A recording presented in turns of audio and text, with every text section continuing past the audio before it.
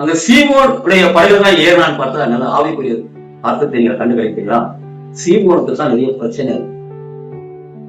மனிதன் முகத்தை பார்க்கிறான், என் தேவனோ இருதயங்களை ஆராய்ந்திருக்கிறார் என்று வேதத்தை நம்ம பார்த்துக் கொண்டிருக்கிறோம். ஆனா அவருடைய நிலைமையை, பேருடைய நிலைமையை இயேசு கண்டு அந்த படகுல ஏறினார்.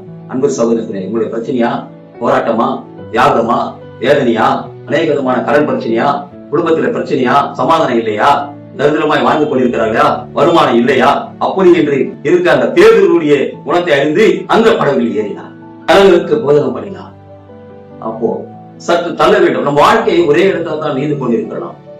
அந்த இடத்துல சற்று தள்ள வேண்டும் என்று இயேசு கிறிஸ்து சொல்ல வேண்டும் என்று சொல்கிறார் என்றால் அது ஏதோ ஒரு அர்த்தம் இருக்கிறது, ஒரு அர்த்தம் நடக்க போகுது. பாருங்க, இங்க ஒரு சம்பவத்தை நம்ம பார்க்கிறோம். அவர் பேசினார், போதகம் பண்ணினார். இது பேரு நல்லா உற்று கவனித்தார். அதை உற்று கவனித்த அந்த வசனங்களா அந்த இடத்துக்குள்ள போன பிறகு சட்டென ஒரு வார்த்தை வருகிறது, நீங்கள் ஆழத்திலே தள்ளி கொண்டு போய் வலைகளை போடுங்கள் அப்படின்ற ஒரு உத்தரவு வருகிறது. முதல் கேட்டார், இரண்டாவது வலைகளை போட்டார். அது போடுவதற்கு முன்பாக ஒரு அருமையான ஒரு சீமோன் ஒரு கேள்வி கேட்கிறார் இயேசு இடத்துல.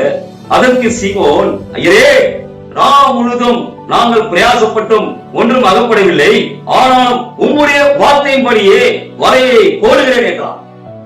அந்த வார்த்தைக்கு மகத்துவம் உண்டு, அந்த வார்த்தைக்கு வல்லமை உண்டு, அந்த வார்த்தைக்கு விடுதலை உண்டு, அந்த வார்த்தைக்கு வெற்றி உண்டு. நிச்சயமா நிலைமை மாற வேண்டும் என்றால் கர்த்தருடைய வார்த்தையை நீங்க கேட்டுத்தான் ஆகும், அதன்படி செயல்பட்டுத்தான் ஆகும். ஒரு நிச்சயமாகவே உங்க வாழ்க்கையில அற்புதம் நடக்கும். தேவர்கள் அதை சிந்தித்து கேட்டுக்கொண்டு அவன் வாழ்க்கையிலே அதை ஏற்றுக்கொண்டு செயல்பட ஆரம்பித்தான். உடனே அவன் வாழ்க்கை ஒரு மாற்றமாய் அமைந்தது. அவன் சொன்னான், வார்த்தை பிரகாரம் நான் போடுகிறேன். அப்படியே அவர்கள் செய்து, அந்தபடியே அவர்கள் செய்து தங்கள் வலை கிழித்தக்க மிகுதியான மீன்களை பிடித்தார்கள். வரவேற்கத்தக்க ஒரு விஷயம், அற்புதம் நடந்து விட்டது. இயேசு கிறிஸ்து சொன்ன வார்த்தையை நம்பி போனான்.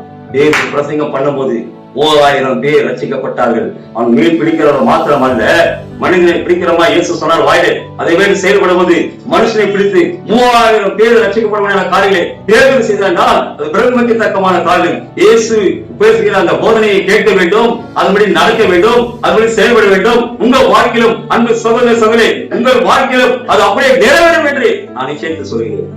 ஏனென்றால் என்னோட வாழ்க்கையிலும் அப்படி நடந்தது. அதை போல நீங்களும் அனுபவிக்க வேண்டும் என்று இன்றிலிருந்து உங்களை ஒப்புக் கொடுத்து உண்மையிலே நான் இயேசுடைய வசனத்தை கேட்பேன், அதை தியானிப்பேன், அதை விசுவாசிப்பேன், அதை நடப்பேன் என்று நீர் உன் இருதயத்தில் சொல்லிக் கொண்டு செயல்படுவது நிச்சயமாக வாழ்க்கையில் அற்புதம் நடக்கும்.